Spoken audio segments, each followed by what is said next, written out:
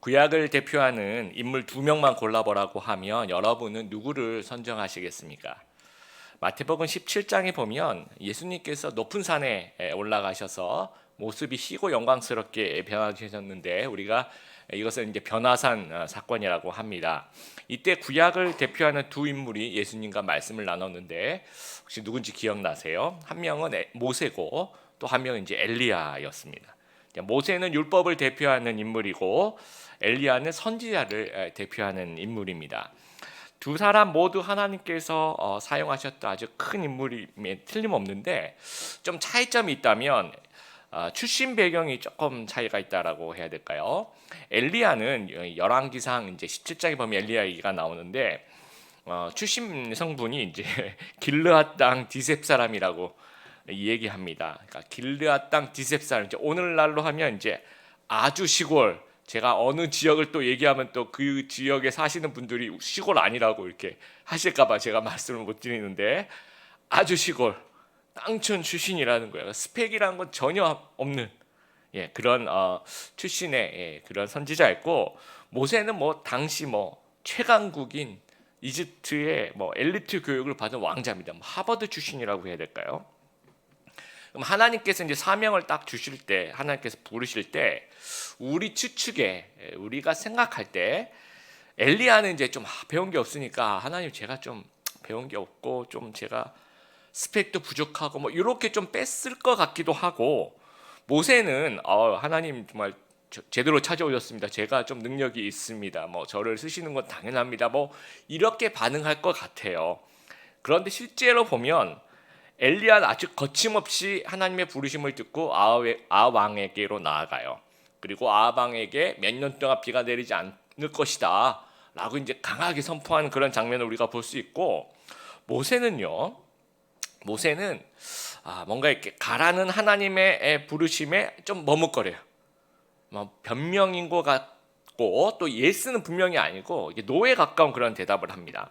그러니까 하나님이 얘기하실 때 우리가 이제 3장 10절부터 14절까지만 읽었지만 한 5번 정도를 이제 거절해요. 11절에 보면 이제 제가 누구인데 하나님 제가 누굽니까?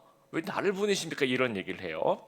그리고 또 이제 13절에 하나님의 이름을 물으면 뭐라고 얘기합니까? 이렇게 또 이렇게 뒤로 뺍니다. 그리고 4장 1절에 보면 백성들이 내 말을 안 믿고 안 따르면 어떡합니까? 라고 이제 또 하나님께 질문하는 거죠. 그래서 4장 10절에 저는 말을 잘 못합니다 라고 얘기해요. 그리고 4장 13절에 요게 이제 아마 자기 진실인 것 같은데 뭐라고 얘기하냐면 보낼 만한 능력 있는 사람을 보내세요. 그러니까 보낼 만한 자를 보내줘서 나는 아닙니다 라고 얘기를 하는 거예요. 5번의 거절은 겸손이라고 하기는 그렇죠. 겸손, 제가 뭐 이렇게 한 번, 두 번 이게 겸손이라고 또 동양적인 사고를 생각할 수 있지만 겸손의 거절이라고 하기에는 너무 심한 거부감을 보여주고 있다라는 거예요. 그러니까 우리가 이것을 이제 무능한 문제로 봐야 되는가? 무능한 문제는 아니라는 거예요. 그러니까 본인은 말도 못하고 능력도 없다고 했는데 실제로 사도행전 7장 22절에 보면 모세는 이집트의 모든 그 지혜를 배워서 말과 행사에 능하다, 말을 잘한다 사람이라고 실제로 그렇게 얘기를 하고 있어요. 이것은 무능함이 아닌 불순종의 문제인데 그냥 불순종이 아니라 이 상처에서 기인된 불순종이라는 거예요. 그러니까 일종의 트라우마라는 겁니다. 제가 이제 신병훈련소에 갔을 때 이 사격 훈련을 하는데 이제 쭉 서서 이제 총을 쏘는데 제가 이제 지금도 안경을 썼지만 그때도 이제 안경을 써서 눈이 아주 나쁜 건 아닌데 이제 그 잘 안 보이더라고요. 그러니까 이 사선에서 이렇게 보면 이게 내 관역인지 내 옆에 있는 애가 내 옆에 있는 관역이 내 관역인지 너무 이렇게 멀어서 좀 잘 안 보일 때가 있어요. 그래서 어떤 사람들은 10발 쏘는데 자기 관역이 12발이 맞춰져 있고 옆에서 쏴준 거죠. 그러니까 뭐 그런 경우도 있습니다. 그래서 제가 이렇게 보는데 잘 안 보이더라고요. 그리고 이제 이 헬멧이 그 당시에 요즘에 헬멧이 이렇게 딱 이렇게 맞는다고 하는데 그 당시에는 이렇게 안 맞았어요. 그래서 이제 얹어만 놓는 그런 헬멧이었는데 이게 자꾸 이렇게 제 안경을 자꾸 가리더라고요. 그래서 이제 이게 내가 눈도 나쁜데 헬멧까지 이렇게 가리면 이게 총을 쏘는데 지장이 있겠다 싶어서 더 총을 잘 쏘겠다 하는 마음으로 헬멧을 잠깐 벗어서 옆에 놔두고 이제 총을 쏘기 시작을 했어요. 그러자 이제 군대 갔다 오신 분들은 아시겠지만 이제 이 사선에서 이렇게 헬멧을 벗으면 안 되거든요. 안전을 위해서. 그랬더니 이제 조교들이 막 달려오기 시작하는 거예요. 막 달려와서 엄청 혼냈어요. 군대에서 쓰는 그 다정한 언어들 있지 않습니까? 아주 그 다정한 서로 이렇게 주고받는 그런 언어들을 사용해서 굉장히 혼났어요. 그래서 이제 그때 그 기억이 저한테는 이제 아주 컸던 것 같아요. 그래서 이제 행정반 근무를 이제 자대에 배치를 받은 행정반 근무를 하는데 이제 저희 중대 또 저희 대대 이제 전체 이제 사격 훈련하러 가는 날이 이렇게 돌아온 거예요. 가끔씩 이제 하더라고요. 근데 이제 저희 구참이 이제 우리 행정반은 특별히 여기 남아서 이 상황을 이렇게 보고받고 또 전화도 하고 그래야 되니까 몇 명 남아 있을 수 있는데 너희 원하면 여기 남아 있을 수 있고 아니면 나가서 훈련을 해도 된다. 근데 이제 자대 배치에서 가서 이제 하는 훈련은 그렇게 어렵지가 않아서 대부분 신병들은 이제 특히 행정반은 여러분 신병들은 되게 힘듭니다. 이제 좀 경험이 있어야지 좀 편한데 뭐가 힘드냐면 이제 전화가 이렇게 오면 전화가 따르릉 이렇게 울리지 않습니까? 두 번 울리면 다 혼나는 거예요. 그러니까 한 번 따르릉 울리고 두 번 울리기 전에 이렇게 100m 달리기 해가지고 전화를 집어들어서 이제 전화를 받아야 되는데 이제 받는 것도 힘들지만 받으면 이제 보통 본인이 누군지 얘기 잘 안 해요. 난데 어디 가서 뭐 어떻게 하라고 해. 그리고 딱 끊어요. 근데 내가 누군지 모르는 거예요. 힘명 때는 목소리만 들어서는. 그리고 또 연락이 옵니다. 방금 전화 받은 사람 누구냐고, 왜 이렇게 지시한 대로 안 하냐고, 빨리 튀어오라고. 그리고 다시 전화 딱 끊어요. 누군지 알아야지 튀어가는데 누군지를 모르니까 이제 굉장히 스트레스가 많이 쌓입니다. 그 앉아 있는 것 자체가 굉장히 힘든데 대부분의 신병들은 이제 차라리 이제 바깥에 나가서 또 가서 이제 총 한 방 쏘고 오면 되니까 또 하루가 걸려요. 또 하루 아침에 갔다가 쏘고 이렇게 오면 하루 이제 아주 뭐라 그럴까요? 좀 가볍게 일과를 보낼 수 있는 아주 좋은 기회인데 저는 여기를 지키겠습니다. 그래서 제가 전화 다 받고 제가 여기를 지키겠습니다 해서 한 번도 제가 그렇게 100% 근무를 제가 행정반 근무를 선택했던 것 같아요. 지금 생각해 보면 왜 그랬을까 싶어요. 그냥 가서 또 우리나라에서 대한민국에서 군대 아니면 또 총을 언제 또 이렇게 쏘는 그런 경험을 해보겠어요. 그냥 하루 이렇게 갔다 오면 되는데 그게 싫어가지고 이제 그때 그 혼났던 그 기억 이게 싫어가지고 이게 트라우마가 된 거죠. 그래서 그 다음부터는 하여튼 뭐 근처에도 가본 사격장 근처에도 가본 기억이 없습니다. 그러니까 우리 사건의 그 감정이 뇌에 담긴 상흔 이걸 우리가 트라우마라고 하죠. 어떤 크고 작은 사고가 있었던 수도 있고 사람과의 관계에서 입은 마음의 상처일 수도 있고요. 또 어린 시절 가족의 문제일 수도 있고 또 힘들었던 어떤 기억일 수 있습니다.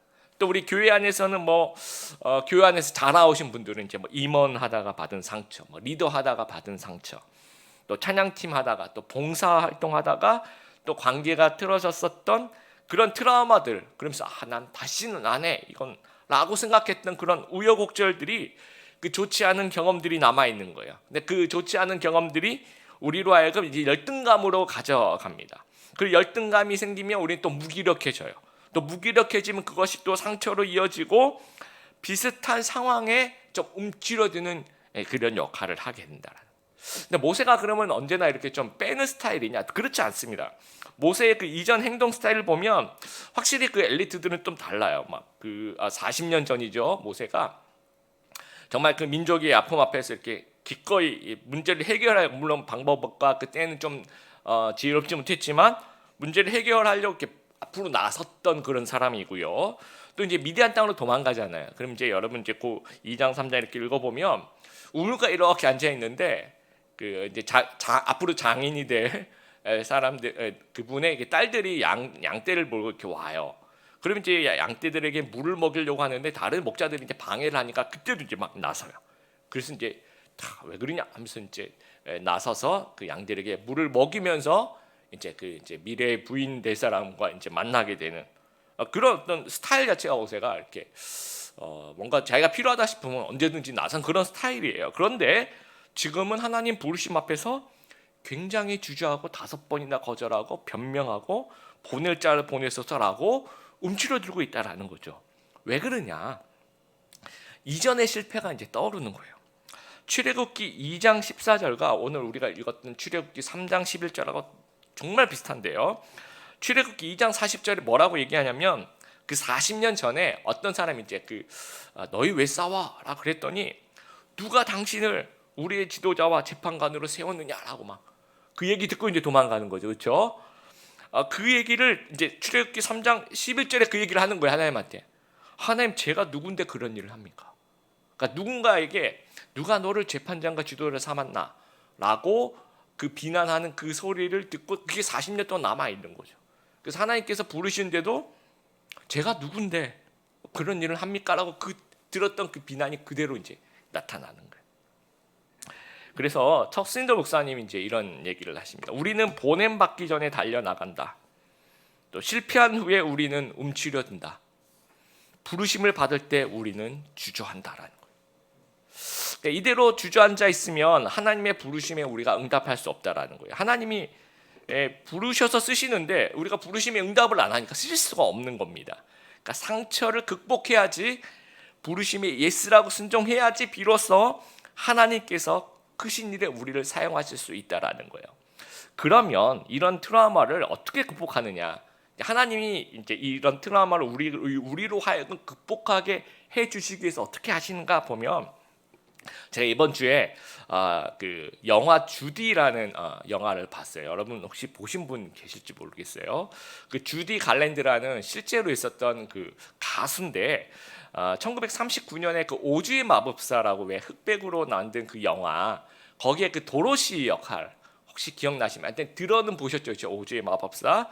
그때가 이제 이 주디 갈랜드가 13살 되던 해, 이제 그때부터 이제 영화를 찍기 시작한 거죠. 노래도 잘하고. 근데 그 할리우드가 이제 굉장히 좀 그 당시 1939년부터 이제 아주 혹독한 환경이었던 것 같아요.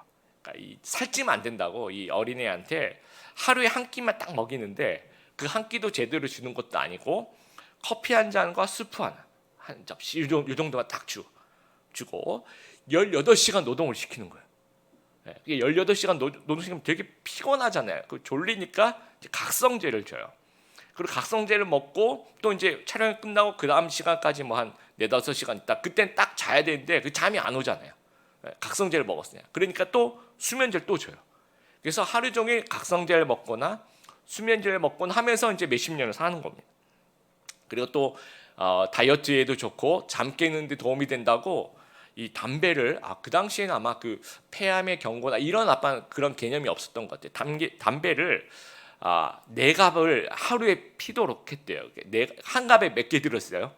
여러분 과거를 한번 생각해 보세요. 한 갑에 20개 정도 들어 있다고 합니다. 그걸 그러니까 몇 갑 피입니까? 80개 피를 하루에 피게 만든 거예요. 그러니까 완전히 그 망가지는 거죠. 그리고 이제 폭언을 얘한테 이제 하는데, 너보다 노래 잘하고 예쁜 애든 널렸다. 계속 너는 뚱뚱한 천뜨기다 하면서 계속 이제 폭언을 하는 겁니다. 그랬더니 이제 이 주디 갈랜드가 성인이 되어서 노래도 너무 잘하고 하는데 이제 무대 공포증이 있는 거예요. 그러니까 너무너무 재능이 있는데도 불구하고 그 영화 보신 분들을 보면 이제 그 무대 앞에서 그러니까 못 올라가요. 이게 막 난 잘 못해, 난 뚱뚱해 하면서 막. 그래서 이제 그 호텔에서 화장실에 이렇게 앉아가지고 옷도 못 갈아입고 덜덜덜 떨고 있고요. 그래서 이제 매니저가 와가지고 겨우 막 문 열고 들어가서 옷 이렇게 입혀가지고 막 질질 끌고 가다시피 해서 그 무대 앞으로 집어 넣거나, 아니면 그 매니저가 막 계속 칭찬한대. 넌 진짜 잘한다. 막 진짜 노래 잘한다. 해서 막 그래 기분이 조금 좋아지면 이제 올라와서 이렇게 이제 각성제 먹고 수면제 먹고 술 마시고 이게 힘드니까 그 비틀비틀하면서 이제 무대에 나와서 노래를 하는 겁니다. 근데 그런 것처럼 모세도 하나님께서 모세를 이렇게 부르실 때 막 정말 힘들어하니까 모세한테 막 칭찬해서 모세야 너 잊어버린, 너 이거 진짜 잘한다. 모세 너 진짜 너 옛날에 엘리트 출신이야. 너 진짜 너 말도 잘하고 막 하나님께서 모세를 막 이렇게 띄워 주셔가지고 모세를 이끌어 가지 않아요. 우리가 말씀을 보면 하나님은 모세의 장점을 전혀 부추기지 않아요. 너 잊어버린 것 같은데 말 되게 잘해. 너 잊어버린 것 같은데 너 엘리트야. 너 잊어버린 것 같은데 너 왕자 출신이야. 이런 얘기 안 합니다. 그러니까 하나님이 모세뿐만 아니라 우리를 인도하실 때도 어떤 때는요, 야, 너 진짜 잘한다. 너 이렇게 인도 안 하신다는 거죠. 그러면 어떻게 인도하시는가? 하나님은요, 자신의 전능하심을 그냥 설명해요. 계속 모세는 못한다, 못해요. 하나님 저 보낼 만한 자를 보내서 이렇게 얘기하면 하나님은 계속 뭐라고 얘기하시냐면 내가 계속 그 얘기를 하십니다. 3장 12절에도 내가 너와 함께한다라고 분명히 얘기하고 있고, 3장 14절 나는 스스로 있는 자다. 3장 17절 나는 너희를 이집트에서 이끌어내서 가나안 땅으로 인도할 것이다. 3장 20절 나는 이집트에 큰 능력을 보여줄 것이다. 4장 12절 내가 내 입과 함께 하겠다라. 그러니까, 나 말 못해요. 그러면 너 내가 들어보니까 너 말 잘해 이렇게 얘기하지 않고 내가 내 입과 함께 하겠다라고 얘기하는 거예요. 자기의 전능하심을 그렇게 설명하는 거예요. 이동호 목사님 책에 보니까 이런 말씀을 하시더라고요. 인간이 이제 두 가지 착각을 하는데 뭐냐면 나는 대단한 사람이라 I am somebody 막 나는 정말 대단한 사람 이런 착각을 한다는 거죠. 그리고 또 하나의 착각은 I am nobody 나는 진짜 아무것도 아니야 이런 착각을 한다라는 거예요. 근데 모세도 이 두 가지 경험을 다 합니다. 이 이집트의 왕자로 태어나면서 나는 진짜 대단한 사람이야 생각하고 막 백성 앞에 부르심도 없었는데 막 나가잖아요. 그렇죠? 그리고 이제 지금은 하나님이 아까 부르시는데도 하나님 저는 아무것도 아니에요 라고 노바디라는 그런 경험을 지금 하고 있는 겁니다. 이 두 가지 다 착각이라는 거예요. 성도는 둘 다 아니라는 거예요. 빌립보서 4장 13절 여러분 내게 능력 주신 자 안에서 내가 모든 것을 할 수 있느니라. 그러니까 나는 대단한 사람 아니죠. 그렇죠? 우리의 능력이 한계가 있는 거 여러분 다 아시죠? 그렇다고 해서 나는 아무것도 없는 사람은 아니라는 거예요. 왜냐하면 내게 능력 주신 자 안에서 하나님이 나와 함께 하시면 하나님께서 원하시는 하나님께서 계획하신 그 놀라운 일을 우리가 할 수 있다는 거예요. 그러면서 출애굽기 4장에 보면 이제 모세에게 세 가지 증거, 모세가 자꾸 빼니까 하나님의 그 능력을 보여주시기에 세 가지 증거를 보여주시는데 첫 번째가 이제 지팡이를 땅에 놓으면 이제 뱀이 되고 손을 이렇게 품 안에 넣으면 이제 다시 꺼내면 이게 문둥병이 됐다가 다시 넣으면 다시 온전케 이런 것들. 또 요것도 안 믿으면 나중에 바로에게 가서 나일강의 물을 퍼서 이렇게 부으면 이게 피로 변할 것이다. 이 세 가지 이 어떤 증거를 보여줘요. 이런 기적을 베풀 수 있는 힘을 주시는 거예요. 근데 이것을 우리가 잘 생각해 보면 지팡이 그렇죠. 그 다음에 우리 손, 그 다음에 물 이거 되게 흔한 거죠. 이게 모세와 우리를 상징하는 거예요. 누구나 다 지팡이 정말 흔하고 손 다 있죠, 그렇죠? 그 강의 물 이건 진짜 흔한 거예요. 그것만 가지고는 아무 일이 안 일어나는데 하나님의 전능하심이 함께하면 이 지팡이에서 이 뱀이 나오는 그런 어떤 기적이 일어나고 이 손이 문둥병이 변했다 다시 나는 그런 기적이 일어나고 물이 피로 변한 그런 기적이 일어난다라는 거예요. 그러니까 모세의 능력으로 일을 감당하라는 말이 아니라 하나님의 능력으로 감당하라는 말입니다. 이 회복의 과정은요. 하나님이 먼저 우리의 무능함을 소환해요. 그 과거의 상처를 이제 꺼내시는 거예요. 그러면서 시작하는 거예요. 그리고 난 다음에 하나님의 전능하심을 설명하면서 치료가 시작되는 겁니다.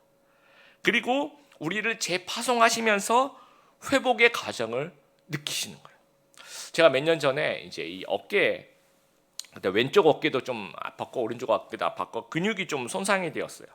그래서 이제 이 정형외과를 이제 갔는데 이 충격파 치료를 하자. 그래서 이게 뭔가 했더니 일단 옷을 이렇게 벗으시라고 그러더니 이렇게 벗으니까 제가 오른쪽 어깨가 아파서 갔는데 정확하게 그 아픈 어깨에다가 뭘 갖다 대면서 때리는 거예요. 이게 충격파 치료입니다. 이게 이거보다 조금 더 크게 보이는 뭐 어떤 기계를 여기다 갖다 대요. 그러면 이게 스스로 딱딱딱 소리 내면서 이렇게 때리는데 너무 아픕니다. 한 3분에서 5분 정도 하는데 그 시간이 3분이 아니라 한 30분 정도 되는 것처럼 느끼. 야, 정형외과 의사들 좋겠더라고요. 이렇게 남의 고통을 이렇게 때리면서 예.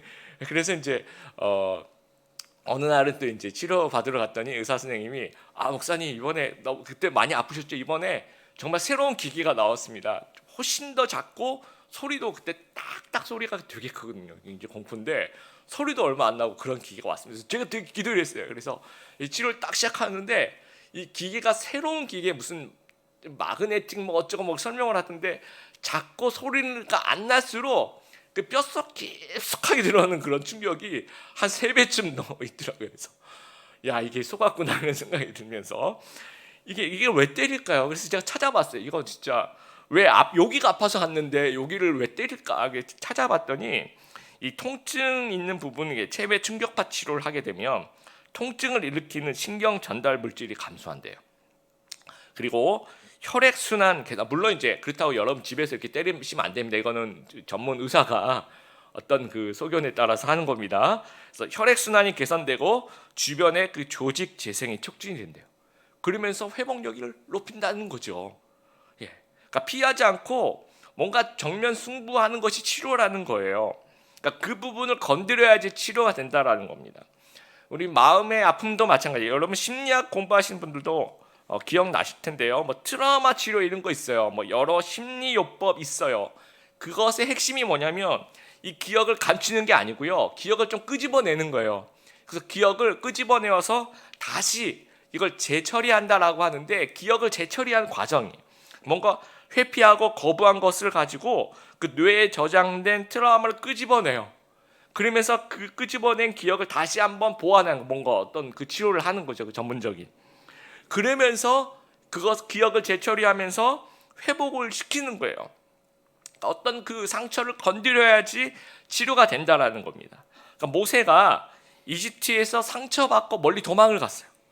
근데 다시 하나님께서 나타나서 그 도망갔던 바로 그 이집트로 다시 가래. 그렇게 어떤 상처를 건드리는 거죠. 그러면서 40년 전 그 트라우마가 그 40년 전 기억이 이제 계속 이제 모세를 이제 괴롭히는 겁니다. 끄집어내는 거죠. 그러니까 하나님께서 뭔가 모세를 괴롭히기 위해서 상처를 끄집어내시는 거 아니에요.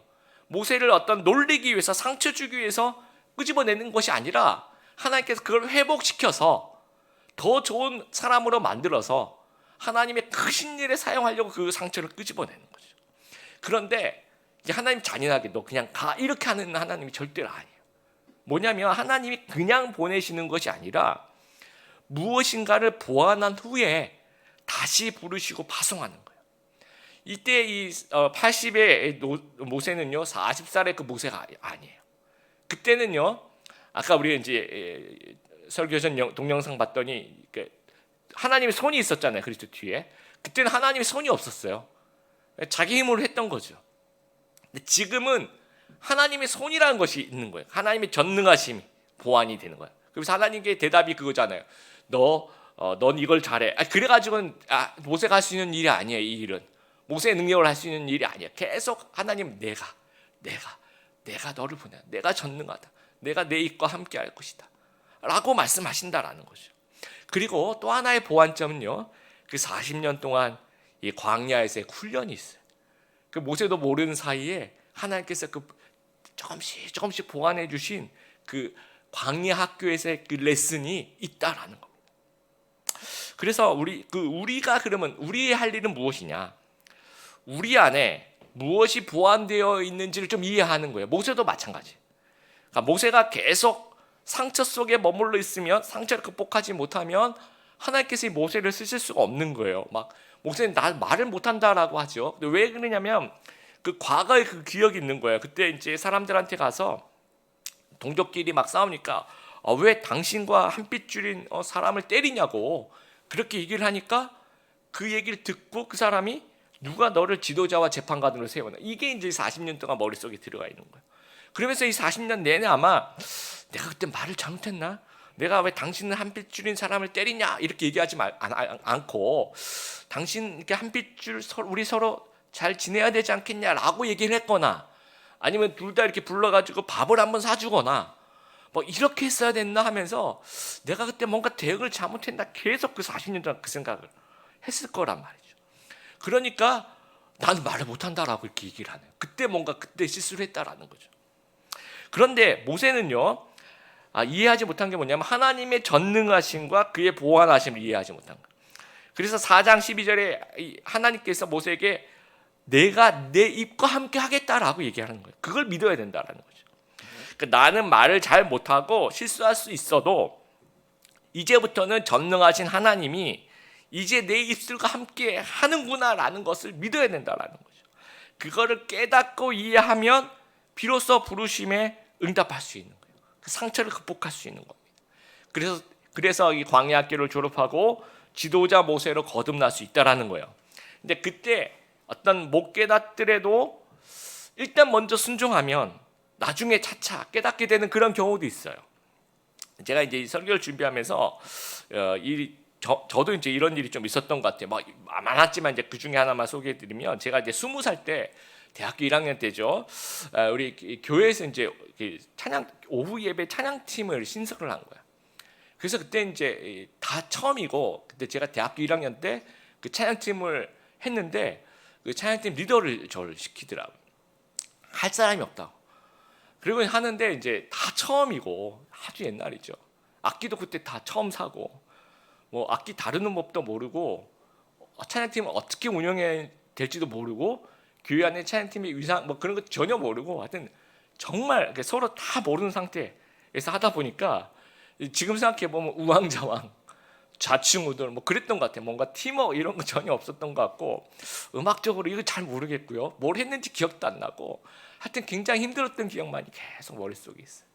그래서 이제 군대 가면서 이제 이렇게 다른 사람한테 물려주고 그 이후에는 이제 뭐 찬양팀 근처에 제가 안 가봤던 거예요. 뭐 전혀.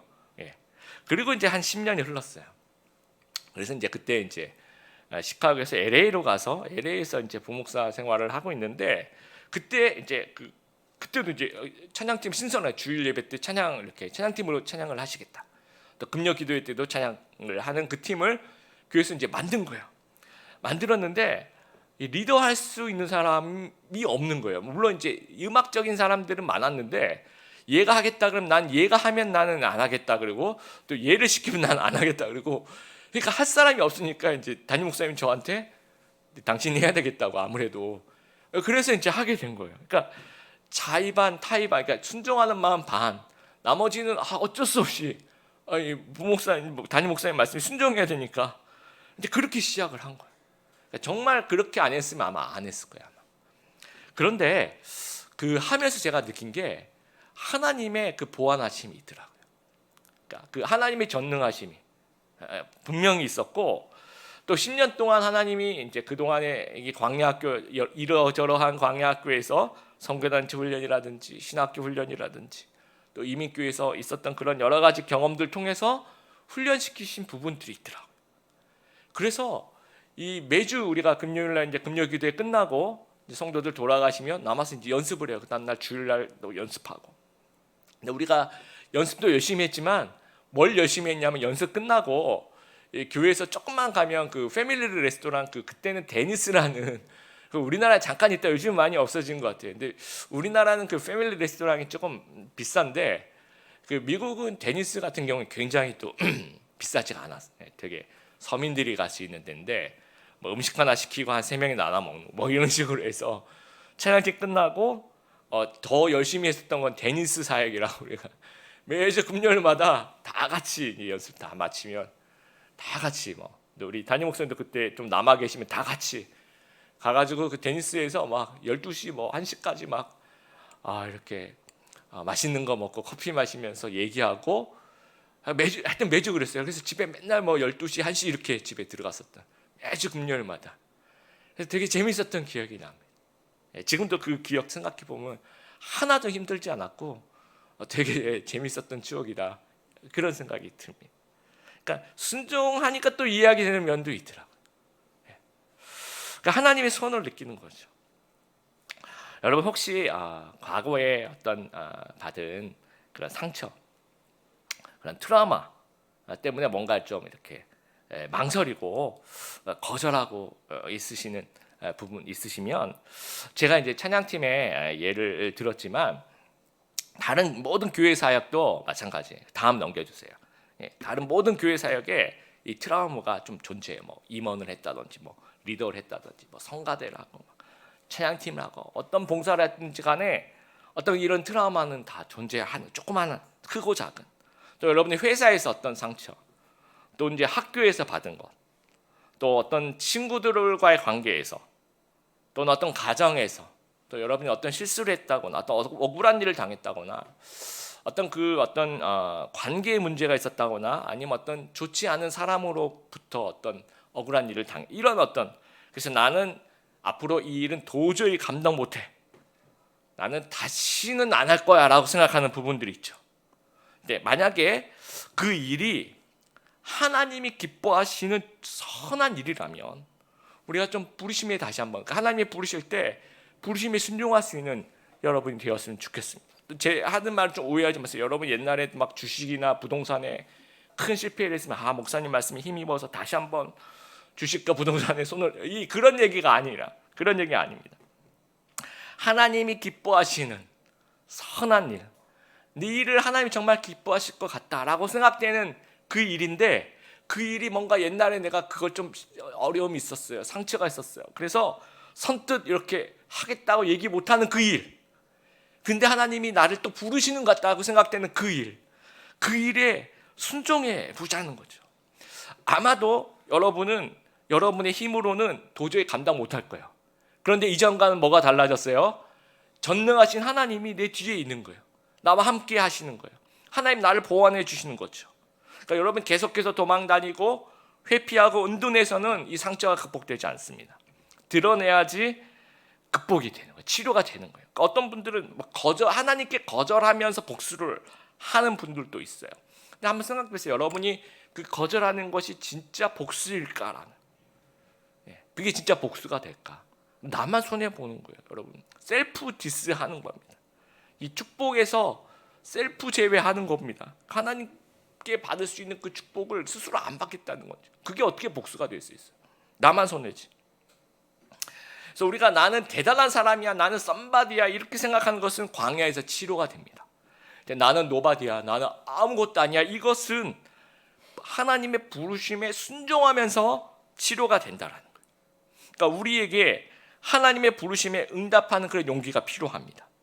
그러니까 하나님의 전능하심이 나와 함께 있다고 믿는 그 믿음이 필요하다라는 거예요. 내 힘으로는 어림도 없죠. 그렇지만 내게 능력 주신 자 안에서 내가 모든 것을 할 수 있느니라, 이런 고백이 우리에게 필요하다는 거예요. 따라해 보겠습니다. 내게 능력 주신 자 안에서 내가 모든 것을 할 수 있느니라. 아멘. 그래서 하나님께서 부르실 때는 옛날에 내가 아닌 보완된 나를 쓰시는 거예요. 앞으로 보완해 쓰실 것이고, 그래서 하나님이 시작하시면 그때 할 수 있다는 믿음을 우리가 가지고 하나님의 전능하심을 우리가 이해하고 순종함으로 상처를 극복해서 놀라운 일에 하나님께 쓰임 많은 귀한 우리 성도님들 다 되시기를 주님의 이름으로 축복합니다.